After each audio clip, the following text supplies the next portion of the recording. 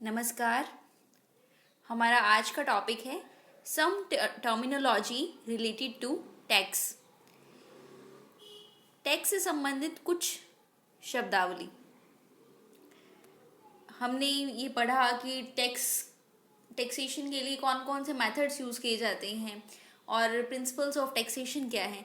लेकिन कुछ छोटी छोटी बातें ऐसी हैं जो हम आए दिन न्यूज़पेपर में पढ़ते हैं या फिर बुक्स में पढ़ते हैं, लेकिन उनका एग्जैक्ट मीनिंग हमें नहीं पता चल पाता। तो आज हम ये जानेंगे कि सरचार्ज किसे कहते हैं, सेस क्या है, कृषि कल्याण उपकर क्या है। इन छोटे छोटे टर्मिनोलॉजी के बारे में आज पढ़ेंगे। तो शुरू करते हैं पहले पॉइंट की ओर। पहली टर्म है अधिभार, जिसको इंग्लिश में कहते हैं सरचार्ज। अधिभार, जिसको इंग्लिश में कहते हैं सरचार्ज। यदि सरकार को अतिरिक्त कर राजस्व आय संग्रहित करने की आवश्यकता है, यदि गवर्नमेंट चाहती है कि टैक्स कलेक्शन क्या हो, ज़्यादा हो, तो एक विशेष आय वर्ग के व्यक्तियों एवं कंपनियों अर्थात करदाताओं पर अधिभार लगा सकती है। ये बहुत इंपॉर्टेंट है। विशेष आय वर्ग, एक स्पेशल टैक्स स्लैब, एक स्पेशल इनकम स्लैब में होते हैं वो लोग, उन पर ही हम क्या लगा सकते हैं, सरचार्ज लगा सकते हैं। अधिभार एक अतिरिक्त शुल्क है जो कर के ऊपर लगने वाला कर है। मोस्टली एग्जाम्स में क्या आता है कि अधिभार क्या है, तो टैक्स ऑन टैक्स है, कर के ऊपर लगने वाला कर है जिसकी गणना कर दायित्वों पर की जाती है। गणना किस पर की जाती है, कर दायित्व, जो हमारी लायबिलिटी है। सामान्यतः अधिभार प्रत्यक्ष कर पर लगाया जाता है। वर्तमान में 1 करोड़ रुपए से अधिक की कर योग्य आय अर्जित करने वाले व्यक्तियों पर अपनी करों पर 15% के अधिभार का भुगतान करना पड़ता है। इसमें एक स्पेसिफिक बात यह है कि एक स्पेशल इनकम स्लैब में आने वाले लोगों पर ही लगता है, नॉर्मल टैक्स स्लैब में नहीं लगता है। जैसे सपोज कोई डायरेक्ट टैक्स के अंडर आता है, 2.5 लाख से ऊपर इनकम है, तो उस पर सरचार्ज नहीं लगेगा। उस पर सेस लग सकता है, सरचार्ज नहीं लगेगा। सरचार्ज के लिए इनकम स्लैब काफ़ी हाई होनी चाहिए, उन पर ही लगता है। अब मान लीजिए कि कोई किसी का जो टैक्स रेट है वो 10,000 बनता है, टैक्स रेट 10,000 बनता है, तो उस पर 15% के हिसाब से सरचार्ज लगेगा। 10,000 तो एक कम है, लेकिन मान लीजिए 1 करोड़ है, 1 करोड़ पर 20% वो टैक्स देता है। 1 करोड़ का 20% 20 लाख हो गया। 20 लाख में से कितना, 15% क्या होगा, अब सरचार्ज होगा। तो ये जो सरचार्ज एक कंसेप्ट है, ये होता है हायर इनकम लेवल वाले लोगों पर, उन पर टैक्स लगाया जाता है। टैक्स ऑन टैक्स होता है। क्यों लगाया जाता है, यदि सरकार को ये आवश्यकता है कि ज़्यादा कर कलेक्ट करना है, ज़्यादा टैक्स कलेक्ट करना है, तो सरचार्ज लगाया जाता है। नेक्स्ट टर्म है उपकर, जिसे इंग्लिश में कहते हैं सेस। कई बार स्टूडेंट्स कंफ्यूज हो जाते हैं कि सरचार्ज क्या है और सेस क्या है। सरचार्ज, सेस, टैक्स एक ही बात लगती है, लेकिन तीनों डिफरेंट हैं। टैक्स अनिवार्य भुगतान है जो करदाताओं को बिना किसी प्रतिफल के बदले देना पड़ता है। सरचार्ज, यदि सरकार के अतिरिक्त कर राजस्व एकत्रित करने की इच्छा है, तो वो एक विशेष आय वर्ग के लोगों से टैक्स पर टैक्स लगा सकते हैं। जैसे मैंने आपको बताया कि 1 करोड़ से ज़्यादा जिनकी इनकम है, उन पर 15% टैक्स लग रहा है। सेस क्या है, उपकर भी अधिभार की तरह किसी विशेष उद्देश्य की पूर्ति के लिए कर के साथ कर आधार पर लगने वाला कर है। उपकर जो है ये सरचार्ज की तरह ही होता है, लेकिन किसी विशेष स्पेसिफिक पर्पस के लिए लगाया जाता है। सरचार्ज जो है वो लगाया जाता है, लेकिन उसका यूज किसी भी तरह से कर सकते हैं। उसका पैसा कंसोलिडेटेड फंड में ही जाएगा, गवर्नमेंट का जो कंसोलिडेटेड फंड है उसी में ही जाएगा। लेकिन जो उपकर है, उस मान लीजिए उपकर लगाया है, ये एजुकेशन पर लगाया है, तो हायर एजुकेशन के लिए 1% गवर्नमेंट ने उपकर डिसाइड किया है, तो 1% जो सेस लगाया है वो हायर एजुकेशन में ही जाएगा और किसी सेवा में यूज़ नहीं होगा। लेकिन सरचार्ज जो है वो किसी भी सेवा में यूज़ हो सकता है। किसी विशेष, यहाँ पर विशेष आएगा, जिस विशेष उद्देश्य से लगाया जाता है, इससे मिलने वाली राशि इस विशेष उद्देश्य पर ही खर्च की जाती है। यह प्रत्यक्ष अप्रत्यक्ष दोनों करों के साथ लगाया जाता है। ये डायरेक्ट टैक्सेस पर भी लग सकता है और इनडायरेक्ट टैक्सेस पर भी लग सकता है। उदाहरण के लिए भारत में शिक्षा के नाम पर 3% उपकर लगाया जाता है। मैंने अभी आपको एग्जाम्पल दिया हायर एजुकेशन वाला, तो एजुकेशन में भी ये 3% सेस लगाया जाता है। 2% तो होता है प्राइमरी एजुकेशन में और 1% होता है हायर एजुकेशन पर। 2% प्राइमरी एजुकेशन पर और 1% हायर एजुकेशन पर, लेकिन जिसका जितना परसेंट है पैसा वहीं जाएगा। प्राइमरी सेक्टर को जितना अलॉट है प्राइमरी में जाएगा, हायर को अलॉट है तो हायर में जाएगा। सेस किसी विशेष उद्देश्य की पूर्ति हेतु ही लगाया जाता है। नेक्स्ट है, अब ये जान लेते हैं हम थोड़ा सेस और सरचार्ज में अंतर क्या है। वैसे तो मैंने आपको क्लियर कर दिया, लेकिन थोड़ा और पढ़ लेते हैं। Cess is tax to collect funds for a specific activity, किसी विशेष उद्देश्य की पूर्ति के लिए लगाया जाता है।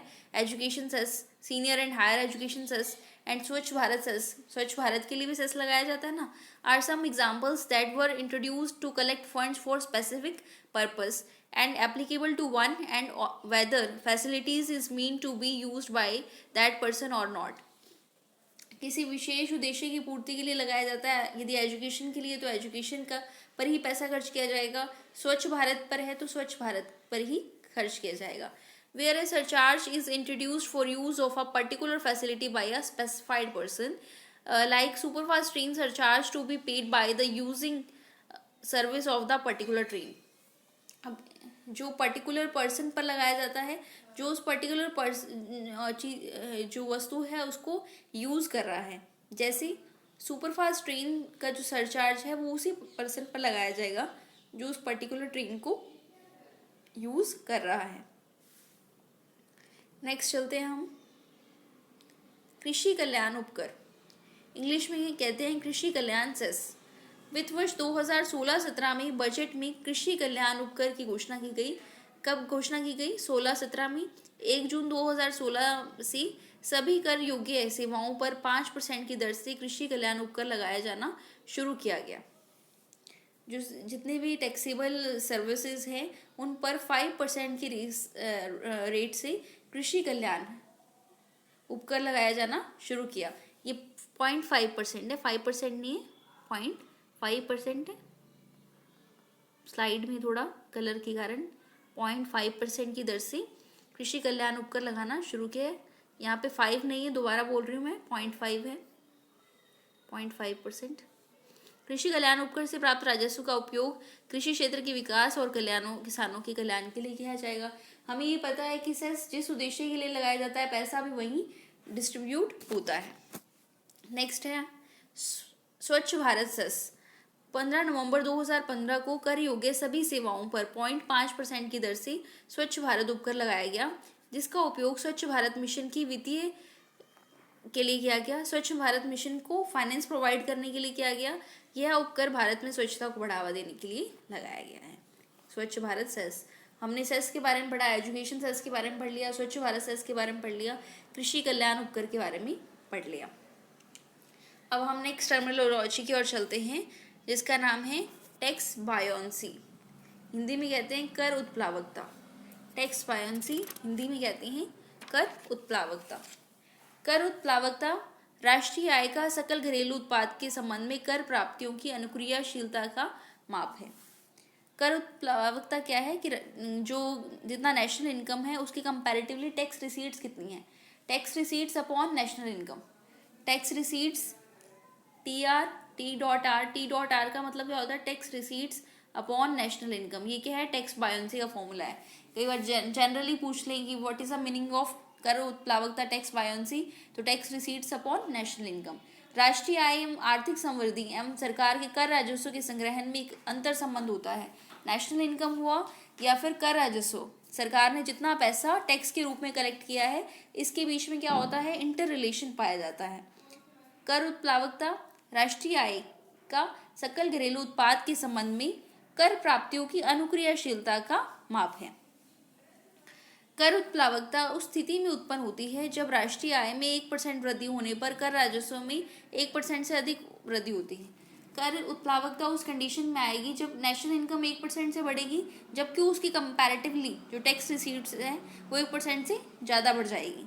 अर्थात राष्ट्रीय आय सरकार द्वारा की गई विभिन्न कर सुधारों जैसे कर ढांचे में सुधार, कर वसूली को प्रभावी बनाना इत्यादि के परिणाम स्वरूप कर राजस्व में होने वाले परिवर्तनों के बीच पाए जाने वाले संबंध को कर उत्प्लावकता कहते हैं। नेशनल इनकम के कंपैरेटिवली टैक्स रिसीट्स कितना बढ़ रही हैं, ये बहुत ही अच्छा एग्जाम्पल है कि 1% नेशनल इनकम हमने बढ़ाई तो उसकी कंपैरेटिवली टैक्स रिसीट्स कितनी बढ़ रही हैं, 1% से अधिक वृद्धि हो रही है, तो हम कहते हैं कर उत्प्लावकता हुई है, कर उत्प्लावकता हुई है। ठीक है, आपको समझ में आ गया होगा tax receipts upon national income equals to tax buoyancy, कि राष्ट्रीय आय में वृद्धि होने पर कर ढांचे में जो सुधार किए गए हैं उस सुधारों के अनुसार कर राजस्व में कितनी वृद्धि हुई है। नेक्स्ट की ओर चलते हैं हम, तो उसका नाम है टैक्स इवीजन। टैक्स इवीजन, इवीजन का क्या मतलब होता है? अपवंचन, कर अपवंचन। किसी व्यक्ति, कंपनी या किसी करदाता पर वैधानिक रूप से जो कर दिया होता है उसको भुगतान नहीं करना। भी अब सरकार जो है वो कहती है कि 2.5 लाख तक एग्जेम्प्ट है, 2.5 से 5 लाख तक 5% टैक्स है, तो 5% टैक्स जो है वो छुपाने की कोशिश करते हैं हम, या फिर किसी ना किसी तरह से उस रिटर्न से बचते हैं, दाखिल ना करना, दाखिल ही नहीं करते, जानबूझकर आए हुए निवेश के संबंध में गलत विवरण प्रस्तुत करते हैं। हमारी इनकम तो 50 लाख है लेकिन प्रस्तुत ऐसे करेंगे 2.5-3 लाख ही हैं, तो ये क्या कहलाता है? ये कानूनी अपराध है और इसे कहते हैं कर अपवंचन।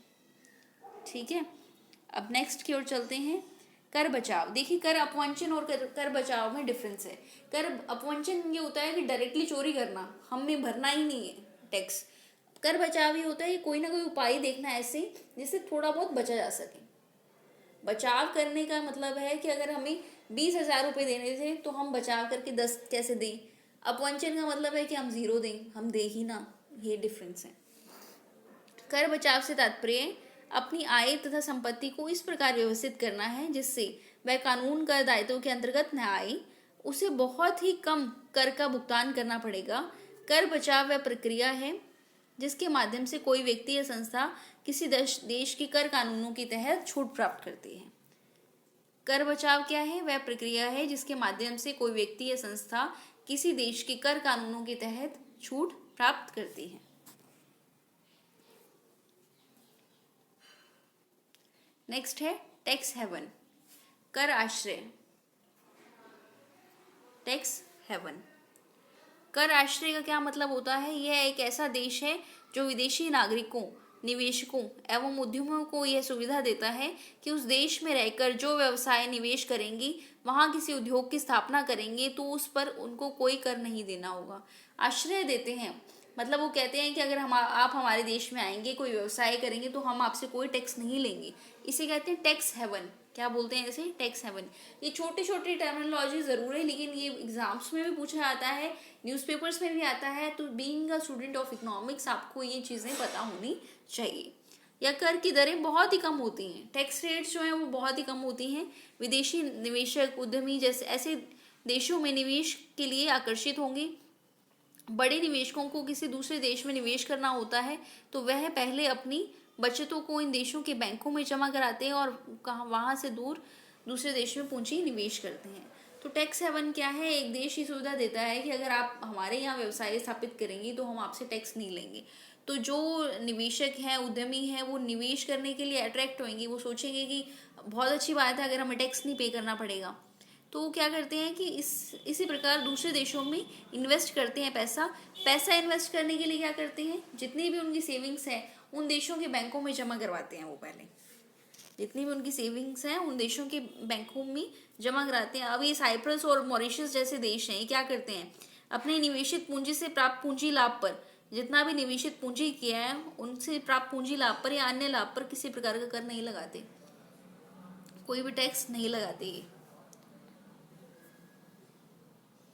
नेक्स्ट है anti dumping duty. Anti dumping duty, anti dumping duty वह शुल्क होता है जो आयातक देश निर्यातक देश द्वारा अत्यधिक मात्रा में निर्यात की जाने वाली वस्तुओं पर लगाता है। एंटी डंपिंग ड्यूटी क्या है? जो आयातक देश है किस पर लगाएगा? निर्यातक देश द्वारा अत्यधिक मात्रा में निर्यात की जाने वाली वस्तु पर लगाता है। एंटी डंपिंग ड्यूटी क्यों लगाता है? क्योंकि उससे अपने जो डोमेस्टिक प्रोड्यूसर्स हैं उसको सेव करना होता है। सपोज कि हम बहुत अमेरिका से हम बहुत कुछ मंगवा रहे हैं, कोई भी वस्तु है, किसी मशीनरी का इंपोर्ट कर रहे हैं, मान लीजिए आप जापान से, तो मशीनरी जो है, ऑटोमोबाइल्स हैं, उसको आप इंपोर्ट कर रहे हैं, तो अब क्या होगा, जो डोमेस्टिक लेवल पे तो प्रोड्यूस हो ही नहीं पाएगी, वहाँ से हमें सस्ती चीज़ें मिल रही हैं, तो हम क्या करेंगे, हम उस जो वस्तुएं हम वहाँ से खरीद रहे हैं उस पर ड्यूटी लगा देंगे ताकि वो वस्तुएं महंगी हों। वो वस्तुएं महंगी होंगी तो हमारे जो कस्टमर्स हैं वो उन वस्तुओं को खरीदेंगे नहीं, हमारे जो इंडिया में बनी हुई वस्तुएं हैं उनको खरीदेंगे। अब चाइनीज़ प्रोडक्ट्स हैं, चाइनीज़ प्रोडक्ट्स बहुत सस्ती हैं, यदि हम उन पर ड्यूटी लगा दें तो वो महंगे हो जाएंगे, तो हमारे जो डोमेस्टिक प्रोड्यूसर्स हैं वो सेफ हो जाएंगे ना, उनको संरक्षण मिलेगा। नहीं तो वो हतोत्साहित होते हैं, उन्हें पता है कि जो सामान है वो तो चाइना का ही खरीदा जाएगा, जिसके कारण आयातक देश के स्थानीय उत्पादकों को आर्थिक क्षति वहन करनी पड़ती है, क्योंकि निर्यातक देश द्वारा सस्ते कच्चे माल उच्च तकनीकी का उपयोग किया जाता है, जिससे अंतिम उत्पाद आयातक देश के उत्पादकों द्वारा उत्पादित उत्पाद से काफी सस्ता होता है। एंटी डंपिंग ड्यूटी के माध्यम से विदेशी उत्पादकों के मूल्य में थोड़ी वृद्धि की जाती है, जिससे स्थानीय उत्पाद व विदेशी उत्पाद के बीच एक स्वस्थ प्रतिस्पर्धा सुनिश्चित हो सके एवं स्थानीय उत्पादकों के हितों की सुरक्षा हो सके। क्या कहा है इसमें कि इसमें निर्यातक देश द्वारा जो सस्ते कच्चे माल उच्च तकनीकी का उपयोग किया जाता है, इससे वो वस्तु क्या होती है, काफ़ी सस्ती हो जाती है। एंटी डंपिंग ड्यूटी के माध्यम से उस वस्तु को थोड़ा महंगा किया जाता है, जिससे स्थानीय उत्पाद और विदेशी उत्पाद के बीच एक स्वस्थ प्रतिस्पर्धा सुनिश्चित हो सके और हमारे उत्पादकों के हितों की रक्षा हो सके। तो ये थी कुछ टर्मिनोलॉजी जो मैंने आपको टैक्स से रिलेटेड बताई। आने वाली वीडियो में हम बात करेंगे कि लेफर कर्व क्या होता है। ये बहुत ही इंटरेस्टिंग टॉपिक है, इस पर हम चर्चा करेंगे। आज हमने पढ़ा कि सरचार्ज क्या है, सेस क्या है, टैक्स हेवन क्या है, टैक्स इवेजन क्या है, टैक्स बायंसी क्या है। ये भी बहुत इंपॉर्टेंट छोटी छोटी टर्मिनोलॉजी थी जो आपको पता होना चाहिए। आज की वीडियो में इतना ही। धन्यवाद।